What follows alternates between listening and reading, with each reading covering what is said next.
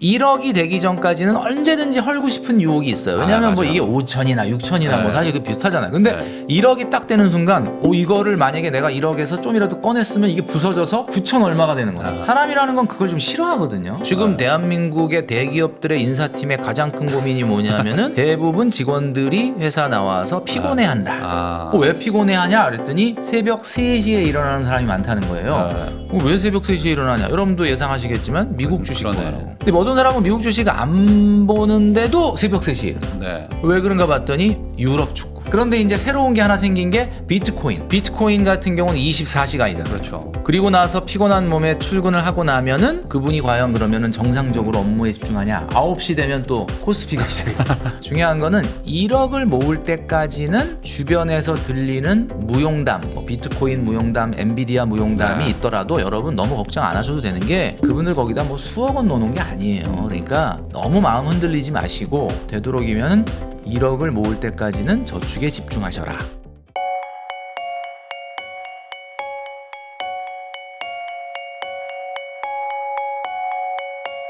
안녕하세요, 부익남입니다. 또 새해가 밝았는데요. 또 새해 또 처음 그 다짐하는 것 중에 가장 큰 게 올해는 또 돈 한번 모아보자. 또 소비 줄여보자 이런 마음 아니겠습니까? 그래서 모셨습니다. 이 머니 트레이너 김경필 작가님 모시고 또 새해에 어떻게 또 소비를 줄일 수 있을지 이야기 나눠보겠습니다. 안녕하세요. 네, 반갑습니다. 네, 또 우리 시청하시는 분들이 어떻게 소비를 줄일 수 있을지 그러면 바로 꺼버리는 거 아니에요? 아니 저희 채널은 또 이런 걸 좋아하시는 분들이 또 있습니다. 예. 이게 안타까운 게 들어야 될 분들은 또 안 듣고 그러니까 이미 안 들어도 되는 분들은 맞아 저게 맞아 하면서 나 잘하고 자기 있어. 생각을 계속 강화시키는 거죠. 맞아요. 그래서 또 이렇게 연초되고 하면 또 한번 혼내주세요 하는 분들 많거든요. 그리고 예. 지금도 옛날에 올렸던 그 작가님 영상이 아직도 이제 댓글이 달립니다. 예. 다시 들으러 왔습니다. 막 이러고. 제가 뭐 여러 유튜브 채널에 나갔지만은 부일남에서 나온 영상이 제일 저한테는 좀 이쁘게 나온 것 같아요. 제가 조명이랑 이런 네, 거. 조명이 좋아가지고 그래서 이제 작가님 모시고 이제 새해 맞이 또 이야기 한번 나눠보려고 하는데 네. 우선 요즘에 이제 한 1, 2년 전만 해도 좀 돈 쓰고 막 이런 것들 좋아했지만 요즘에 이제 좀 돈 모아야 된다. 네네. 그래가지고 이제 1억 모으기 이런 것들도 열심히들 하고 계시거든요. 그렇죠. 근데 요 1억이라는 금액이 사실 어찌 보면 좀 상징적인 금액이기도 한데 이게 어떤 뭐 현실적으로도 1억이 모여야지 뭐가 된다. 이런 뭐 의미가 있는 걸까요? 당연히 있죠. 그러니까 사실 요 몇 년 전만 해도 소비가 너무 과소비로 흘러가는 거 아니냐. 네. 뭐 플렉스다, 뭐 욜로다 해서 그런 게 이제 걱정들을 많이 하셨는데 최근에는 주변의 눈치나 분위기가 좀 있어서 그런지 모르겠는데 소비를 과하게 하는 분들은 많이 줄어들었어요. 네. 실제로 이제 여러 통계 지표에도 그런 것들이 많이 나오고 있기 때문에 그런데 이제 중요한 거는 그게 소비가 줄어든 만큼 과연 그게 저축으로 이어지느냐는 사실 의문입니다. 소비가 안 하면 저축이 되는 거 아닌가요? 그러니까 이제 일반적으로 많은 분들은 내가 돈을 안 쓰면 그만큼 돈이 남는 거고 굳는 거고 그게 저축 아니야라고 생각하는데 그렇지가 않습니다. 이게 돈이라는 거는 내가 저축한 돈만 결국은 미래의 목돈이 되고 나머지는 쓰게 되는 거고 어떤 분들은 그러잖아요. 나는 돈을 많이 안 쓰기 때문에 뭐 한 30%밖에 안 쓰기 때문에 70% 저축되는 거다 이렇게 생각하지만 사실은 안 쓰는 게 저축이 되는 게 아니라 저축을 해야 저축이 돼요.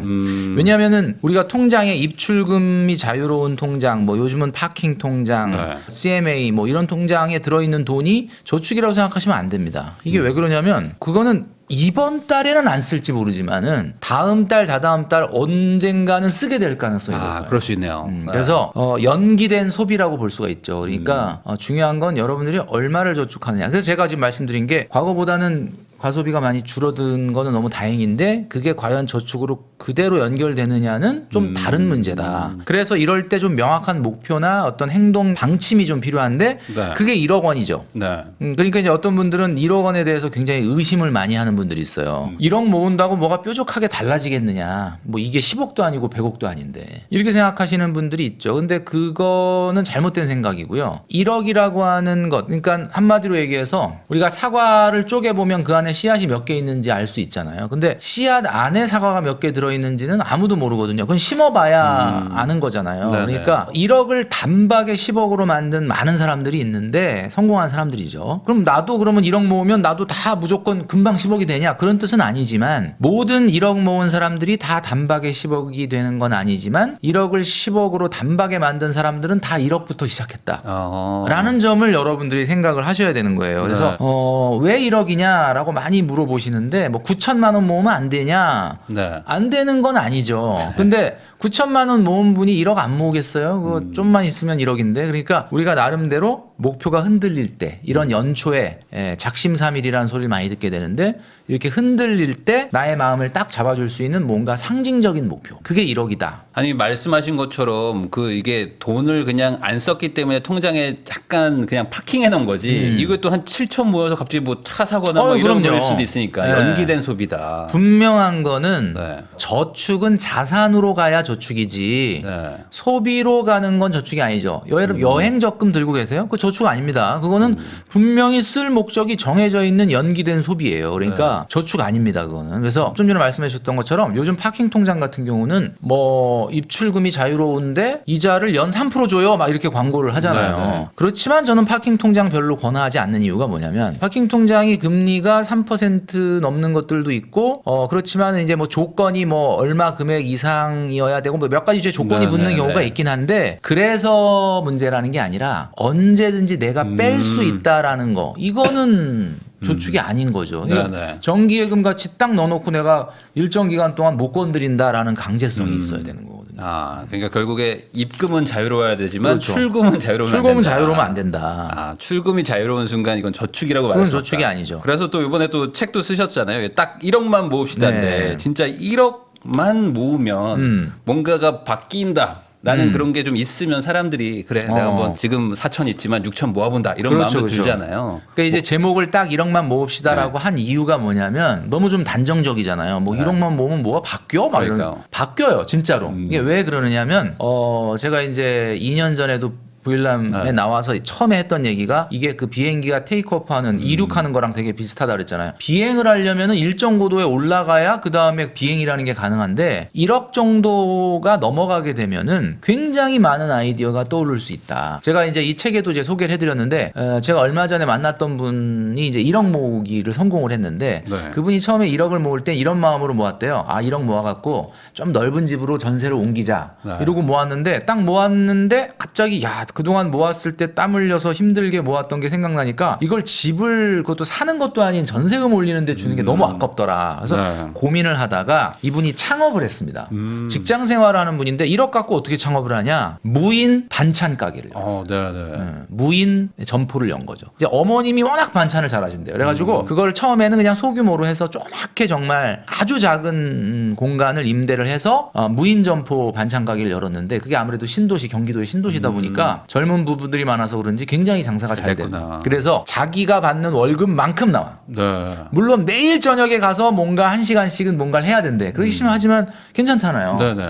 근데 본인이 그 1억이라고 하는 거를 안 만들었으면 그런 생각 자체를 아예 안 했을 거다 그러더라고요. 그러니까 제가 뭐 한 2년 전에도 말씀드렸지만은 이게 1억 정도 모으게 되면은 할 수 있는 게 뭐 결혼도 할 수 있고 결혼 생각이 전혀 없던 분이 결혼도 할 수 있고 그 다음에 청약도 한번 도전해 볼 수 있고 그 다음에 좀 전에 드린 것처럼 창업도 할 수 있고 뭐 투자도 좀 어쩌면 다 할 수 있고 그래서 이런 어떤 아이디어들이 끝없이 나오는 게 1억이다. 아, 그러니까 말 그대로 이제 막연했던 게 약간 현실성이 느껴지는 금액대. 나도 이제 뭔가를 할 수 있겠네. 예전에 이걸 어떻게 하냐. 말도 안 된다라는 맞아요. 그런 것들이 이제 바뀌는 금액대가 이제 1억이라는 거잖아요. 그리고 좀 전에 말씀해 주셨잖아요. 입금은 자유로우나 출금이 안 되는 게 진짜 저축이다. 저도 네. 진짜 공감하는데 1억이 되기 전까지는 언제든지 헐고 싶은 유혹이 있어요. 왜냐하면 뭐 맞아요. 이게 5천이나 6천이나 뭐 네. 사실 그 비슷하잖아요. 근데 네. 1억이 딱 되는 순간 이거를 만약에 내가 1억에서 좀이라도 꺼냈으면 이게 부서져서 9천 얼마가 되는 거예요. 아, 사람이라는 건 그걸 좀 싫어하거든요. 네. 그래서 이제 1억이라고 하는 목돈이 되면은 이게 스스로 아무래도 출금이 좀 부자연스러워지는 거예요. 딱 떨어지게 만들고 그렇죠. 싶으니까. 만들고 거기까지. 싶으니까. 그러면은 이제 많은 분들이 질문하는 것 중에 하나가 이제 1억을 모으지만 어차피 모으는 거, 뭐 요즘에 뭐 미국 증시 같은 거 막 올라가고 네. 막 이런 것들도 있으니까 같이 좀 투자해서 하자 하는 마음 꼭 있잖아요. 그렇죠. 네. 근데 또 말씀하신 거를 들어보면은 그런 거는 또 이제 팔면 또 3일 안에 막 돈 들어오고 하니까. 맞아요. 이게 출금이 또 쉽단 말이죠. 그렇죠. 그러니까 그러면 어떻게 해야 될까요? 1억까지 모으기 전에 저는 투자를 하지 말아라 없다라고 얘기합니다. 결론적으로 보면은 최근에 비트코인도 엄청나게 올랐고 미국 주식도 굉장히 많이 올랐기 때문에 네. 아 그러면 지난 한 1년 2년 내가 1억 만들기 저축할 때 말이야 그거를 한 일부를 그 나스닥이나 S&P 500 돈 복사되는데. 이런 데다가 해놨으면은 더 빨리 모았지 않았냐 네. 뭐 이렇게 얘기하시잖아요. 그런데 제가 말씀드리고 싶은 거는 뭐냐면 이게 투자가 대가가 있어요.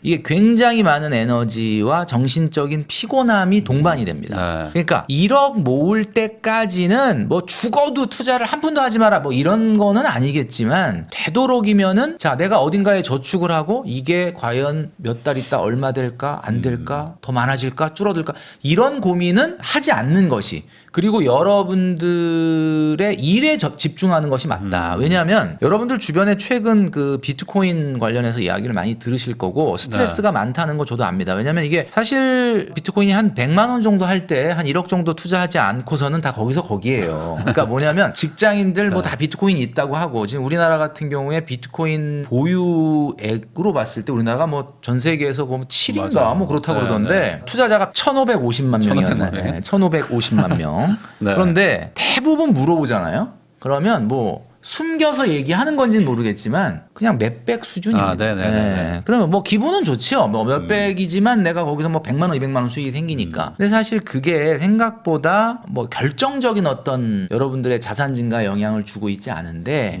온 신경은 거기에 다 가게 되니까. 근데 이게 공감 가는 게 100만 원 투자 하나, 뭐 1억 투자 하나 똑같아요. 어차피 눈 뜨면 이거 찾아야 네. 되거든요. 어차피 찾아보고 그거 검색하고 그렇죠. 있어요. 지금 아. 대한민국의 대기업들의 인사팀의 가장 큰 고민이 뭐냐면은 대부분 직원들이 회사 나와서 피곤해한다. 아. 왜 피곤해하냐 그랬더니 새벽 3시에 일어나는 사람이 많다는 거예요. 아. 왜 새벽 3시에 일어나냐? 여러분도 예상하시겠지만 미국 주식 그러네. 보라고. 근데 어떤 사람은 미국 주식 안 보는데도 새벽 3시에 일어나. 네. 왜 그런가 봤더니 유럽 축구.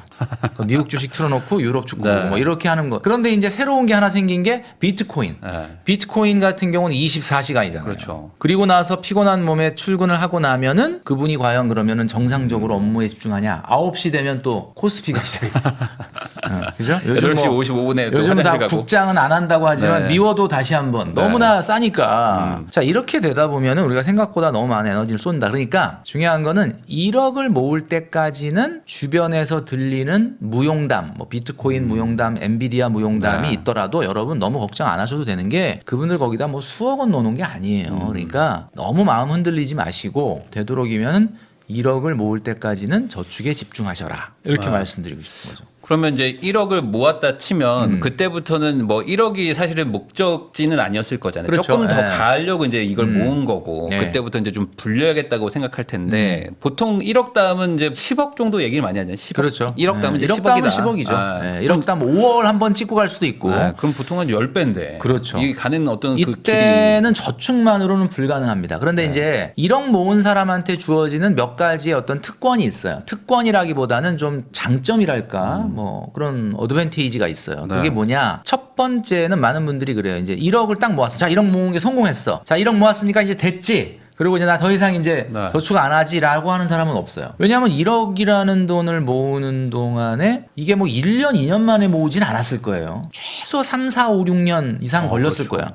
네. 그럼 그 기간 동안 이렇게 1억을 모아서 대단한 성취를 느낀 사람이라면 이게 운동으로 얘기하면 그 저축을 하는 습관과 근육이 형성이 된 거야. 그러니까 옛날에 50만 원, 60만 원 저축하는 것도 힘들어하던 사람이 1억 모으기를 딱 성공하고 나면 그 사람은 최소한 한 달에 한 100, 2, 30, 4, 50, 네, 네, 5, 네. 60은 그냥 가볍게 저축하는 소위 말하는 저축의 근력이 확보돼 있다. 네. 그러면 그분은 그냥 말 안 해도 나 1억 모았으니까 이제 다음 달부터 저축 한 푼도 하지 말아야지가 아니라 하던 저축은 그냥 그 정도는 내가 편안하게 할 수 있으니까 하자. 뭐 우리가 바벨을 들어올릴 때 60kg, 70kg, 80kg 하다가 80kg를 가볍게 드는데 이제 80kg 이제 드니까 더 이상 내일부터 아무것도 들지 말고 운동하지 말자 이러진 않잖아요. 그렇죠. 그게 첫 번째 대단한 능력이라는 거야. 그러니까 저축의 근력이 있다는 것 자체가 인생을 살면서 돈을 버는데 저축을 그냥 턱턱 가볍게 한다? 대단한 능력의 소유자가 되고 속도가 이제 0원에서 1억 될 때 속도가 만약에 5년 나던 사람이면 이제 새롭게 1억이 모이는 데는 이제 3.5년이면은 또다시 새롭게 1억이 생기는 거죠.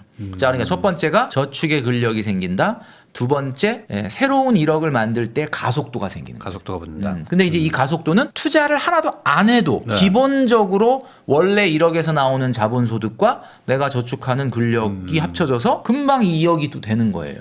그러니까 이게 대단한 강점이죠. 자, 그러면 1억과 눈 감았다 떴는데 금방 1억 5천 2억 되네? 자, 그러면 이 사람이 3년, 4년, 5년 동안 저축하면서 무슨 생각을 했냐? 1억 모으면 어떡할까? 1억 갖고 할 수 있는 게 뭘까? 뭐 이런 생각을 해왔단 말이죠. 네. 그러면 그 정도로 그렇게 골똘히 그거에 대한 아이디어를 생각하는 사람한테 영감이 안 떠오르겠느냐? 근데 그 사람이 하다가 이 가속도를 못 이기고 내가 1억 모은 지 진짜 좀 됐는데 바빠갖고 생각 안 하고 보다 보니까 1억 5천이야 벌써. 금방 2억 되거든요. 네. 그분은 남들이 생각하지 못한 좋은 아이디어를 많이 떠올리게 될 거고 그걸 통해서 제가 아까 얘기했잖아요. 사과 안에 씨앗이 몇 개 있는지는 확인할 수 있지만 씨앗 안에 사과가 몇 개 있는지는 그건 신밖에 모른다. 심어봐야 안다 그랬는데 성공은 하나의 루트가 있는 게 아니라 진짜 다양한 루트가 있는 거죠. 근데 이게 맞는 말씀이신 게 아까 말씀하신 것처럼 뭐 전세금을 올려줄까 하다가 보면 이제 뭐 창업이나 이런 것들이 된 것처럼 저는 지금 좀 공감 간 게 1억이 되기 전에 투자를 해도 된다라고 자기가 스스로 믿어버리면 쉽게 결정할 것 같아요. 근데 1억이라는 거는 어찌 보면 한 2, 3년, 3, 4년 이상 걸리는 거다 보니까 저 모을 때까지 할 수 있는 건 고민밖에 없잖아요. 고민만 하고 있는 거 뭘 해야 될까. 그러다 보면은 확실히 좀 신중하게 고르지 않을까. 그렇죠. 그리고 또 하나 할 수 있는 게 뭐냐면 진정한 분산 투자가 가능하다. 1억이 되기 전에는 분산 투자를 하는데 한계가 있습니다. 왜냐하면 최근에는 이제 주식시장이 워낙 좋았기 때문에 결과론적으로는 그냥 다 몰빵을 했었어도 나쁘지 않았겠네라고 하지만 주식시장의 역사를 보게 되면은 항상 좋지 않거든요. 우리가 나스닥이나 S&P 500 지수를 보면은 그냥 50년을 보면 그냥 내리 계속 올라간 것 같지만 그 안에를 들여다보면은 코로나 때나 또 그 전에도 마찬가지 닷컴 버블이 있을 때도 마찬가지 생각보다 상상을 초월할 정도의 폭락이 있었거든요. 예를 들면 나스닥 지수 같은 경우는 닷컴 버블 시절 그러니까 2000년대 초죠. 2000년대 초에 이게 4698 지수가 거기까지 갔다가 그때가 정점을 찍고 한 2년 만에 1300대로 떨어졌어요. 그때가 지수가 70%가 하락을 한 거예요. 지수가 70% 하락 그러면은 종목은 90% 날아간 것도 많다는 얘기인데 아마 이런 세대를 경험해보지 못한 대부분들 나스닥에 그런 일이 있었어? 이렇게 얘기하시겠지만은 많은 분들이 그래요. 에이, 그건 4600대 얘기면 그건 뭐 아무리 70%가 떨어졌다 그래도 그 이후에 너무 많이 올랐기 때문에 그냥 붙잡고 버티면은 돈 된 거 아니냐라고 얘기하지만 아닙니다. 제가 4,600이 언제 회복됐는지 따져보니까 15년 걸려요. 15년. 네. 15년 만에 지수가 회복이 된 거야. 자, 그럼 여러분 어떤 자산에 여러분들이 투자를 했는데 여러분의 자산이 90% 80%가 마이너스가 된 데미지를 입고 15년을 기다리는 사람이 있을까요? 계좌에 마이너스 98%. 15년을 기다려서 설사 원금이 됐다고 한번 가정을 해볼게요. 그러면 그게 15년 동안 인플레이션이 있잖아요. 이게 원금 회복이 아니에요. 그렇죠. 실제로 인플레이션 감안하면 지금 그 당시에 미국의 근원 물가 지수 평균이 2.7%이기 때문에 제가 이걸 가지고 계산해 봤더니 실제 이게 언제 회복된 거냐면 2020년에 회복된 거예요. 아이고, 얼마 전이네요. 얼마 전. 네. 그러니까 이게 이런 일이 미국 주식 시장에서도 나타나고 이게 역사예요. 그렇기 때문에 제가 말씀드리고 싶은 건 진정한 분산 투자라는 게 뭐냐. 2천, 3천 갖고 있을 땐 분산 투자 의미가 없고요. 1억 정도 있다. 그러면 한번 생각해 보세요. 3천을 위험 자산에 넣어. 2,500을 위험 자산에 넣어. 그리고 7,500이 예금이 있다는 거예요. 그럼 제가 늘 말씀드리는 거지만 아주 적극 투자형, 공격 투자형이지 않은 분들은 위험 자산에 넣는 금액의 3배수만큼의 안전 자산이 있어야 됩니다.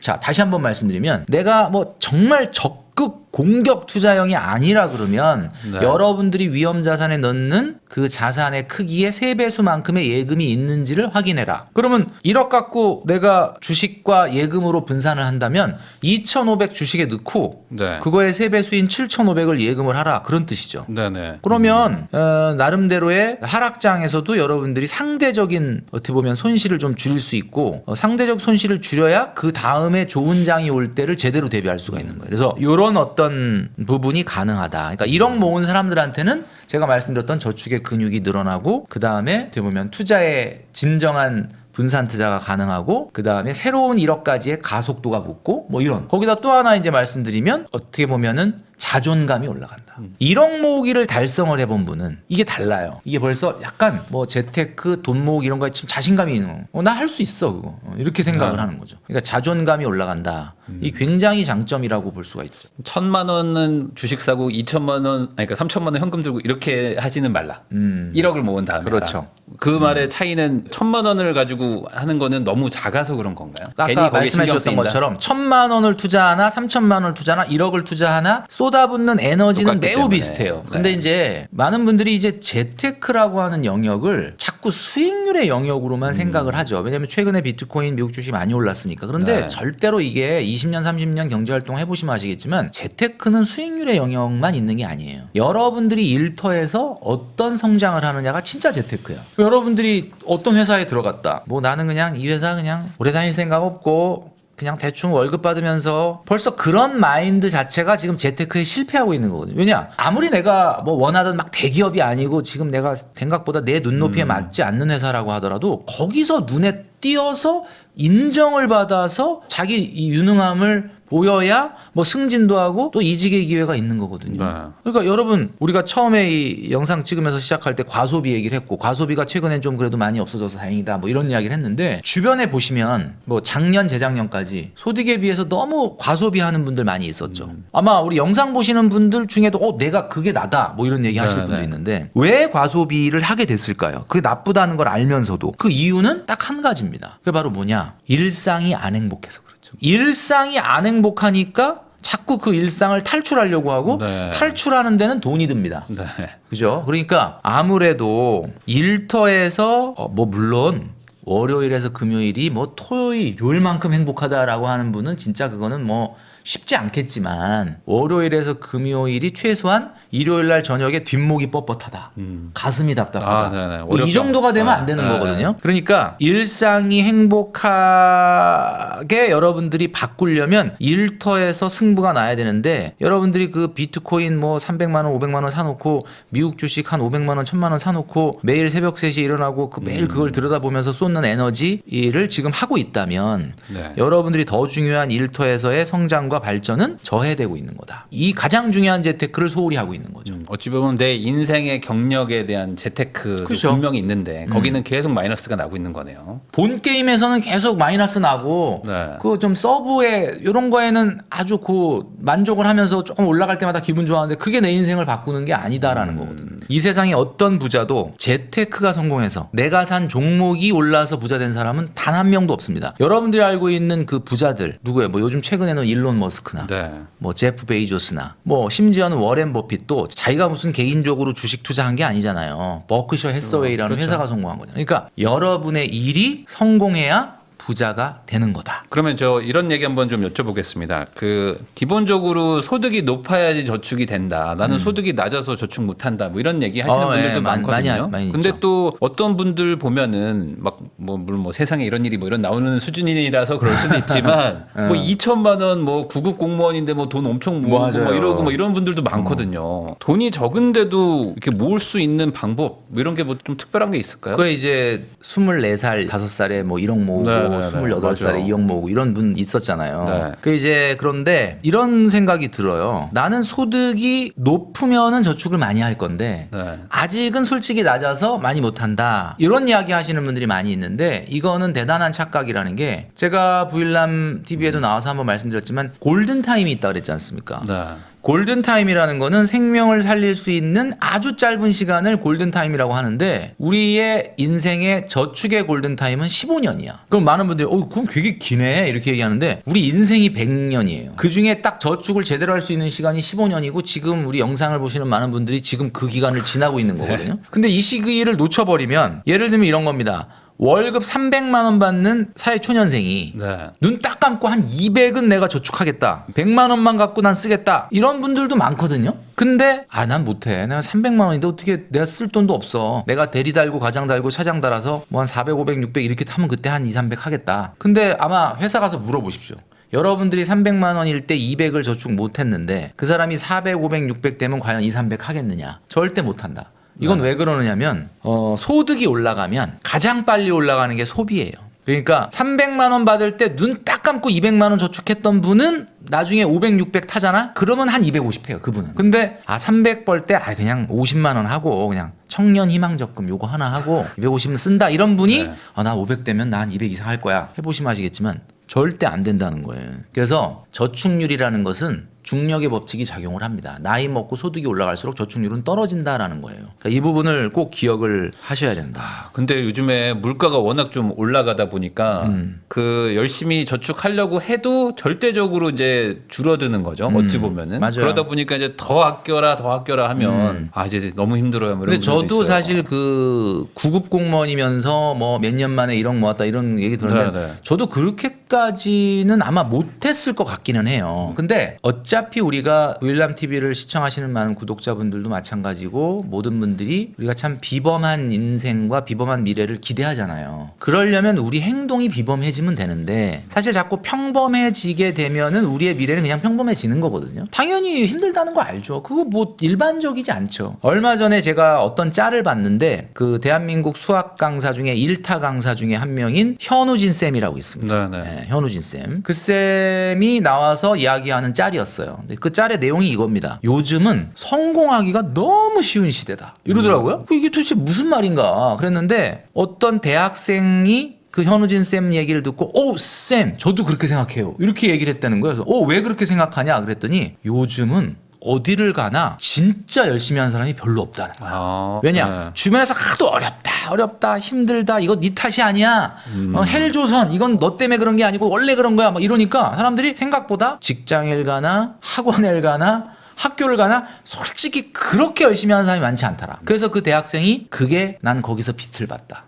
이게 진짜 기회다. 근데 현우진 쌤이 얘기한 게 바로 그 얘기더라고요. 그러니까 생각보다 열심히 하는 사람이 별로 없다. 그러니까 무슨 얘기냐면 이 세상은 결국 비범한 10%가 바꾸는 거지 90%의 평범한 사람이 바꾸는 게 아니거든요. 평범하다는 건 여러분들이 300만 원 월급 타서 250 쓴다 그래서 누가 욕하진 않습니다. 뭐 요즘 같은 물가에 뭐 당연히 그게 평범한 거죠. 근데 그냥 평범하면서 비범한 미래를 꿈꾸면 그런 미래는 안 온다는 거거든요. 그렇죠. 그러니까 정말로 비범해지고 싶다면 비범한 행동을 하라라고 제가 얘기하는 거예요. 이거는 선택입니다. 여러분들이 뭐 이렇게 안 하면 뭐 그냥 큰일 난다 이런 뜻은 아니에요. 그러니까 중요한 거는 이렇게 비범한 분들이 있고 결국 그런 분들이 일을 내더라. 그러면 일반적으로 뭐 한 250, 300 버는 분들이 이제 사회초년생 이런 분들이 많잖아요. 근데 그런 분들이 제일 걱정하는 것 중에 하나가 이제 줄일 수 없는 고정비들이잖아요. 그렇죠. 그래서 예. 항상 고정비 줄이라 말씀 많이 해주시는데 요즘에 또 막 월세 계속 올라가고 막 이런 맞아요. 얘기들 계속 나온단 말이죠. 그래서 저도 이제 영상 같은 거 올리면은 요즘에 그 가격으로 절대 못 구한다 하면서 막 알아봤냐 뭐 이런 댓글도 막 달리거든요. 네. 그럼 여기서의 그 비범함은 그럼에도 불구하고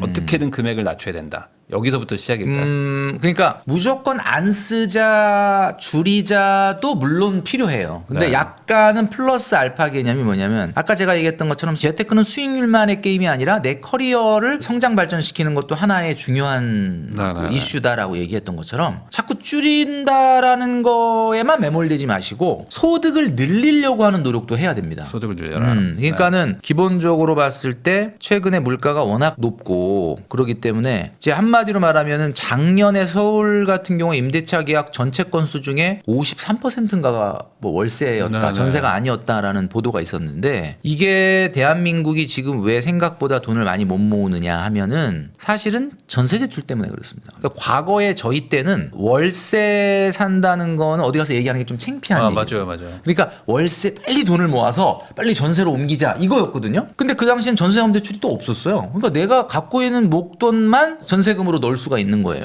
그러니까 돈을 열심히 모았는데 전세자금 대출이 생기면서부터는 굳이 내가 뭐 전세자금 대출 이자를 내면서 월세 안 내더라도 가게 된 거야. 근데 이제 이게 점점 전세 제도가 우리나라가 좀 뭐 아예 없어지진 않겠지만은 좀 비율이 낮아지고 최근에는 이제 전세 보증금 반환에 대한 네. 어떤 사고도 뭐 우려 터지고 하니까. 때문에 월세가 많아지잖아요. 그 월세가 많아지면 어떻게 되는 줄 아세요? 없었던 고정비가 또 자꾸 생기고 다들 그냥 서로 면제부를 주는 거야. 이거 원래 어차피 나가는 거야. 뭐 이렇게 생각을 하고 그냥 나가면 결국은 내가 자산을 모을 수 있는 기회를 또 상실하게 되는 겁니다. 자, 이렇게 되면은 어떻게 되느냐?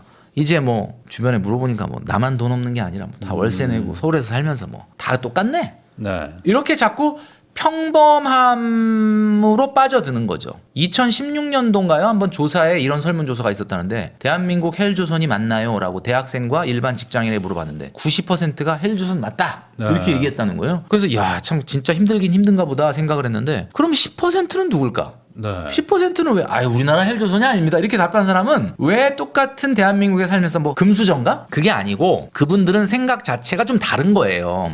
그러니까 제가 말씀드렸던 것처럼 소득을 올리기 위한 노력과 그 다음에 줄이기 위한 노력이 병행이 돼야지 뭐 하나만 해서는 좀 안 된다라는 생각이 들고 N잡 있지 않습니까? N잡. N잡이 요거는 뭐 통계는 아니고 그냥 제가 만나서 이야기 나눠본 분들 뭐 표본이 많지는 않지만 깜짝 놀란 게 고소득인 분들이 더 N잡에 열정적이에요. 저소득인 사람은 상대적으로 저소득은 N잡에 관심이 없어요.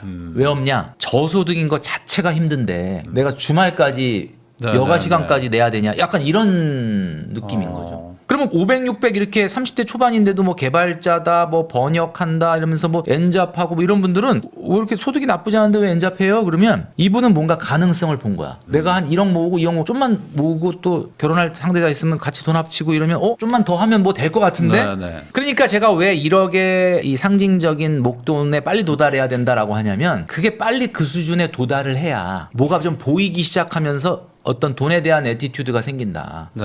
그 우리 입시생으로 얘기하면 보통 요즘 많은 그 고3들이 가장 기본적으로 얘기하는 게 인서울 목표잖아요. 인서울. 근데 이제 선생님이 그 상담을 할 때 불러서 인서울을 한번 노려보자라고 선생님 입에서 말이 나올 정도가 되려면 그래서 반에서 한 5등 10등은 가야 되잖아요. 5등 10등은 가는 순간 이제 선생님이 야 어떻게든 인서울 가보자 이런 얘기가 되는 건데 그게 안 나오면은 뭐 너 알아서 해 뭐 이렇게 되면 너 어떡하려고 그래? 너 어떡하려고 그래? 네. 뭐 이렇게 돼버리면은 이제 아예 생각이 없어지는 안 거죠. 해지니까. 그러니까 어느 정도 좀 그래도 눈앞에 좀 맞아요. 보일 정도, 손에 그게 좀 돼야 닿을락 말락할 때까지는 좀 가야 되니까. 그래서 이렇게 또 딱 1억만 모읍시다라고 또 책도 또 쓰신 거 아니겠습니까? 네.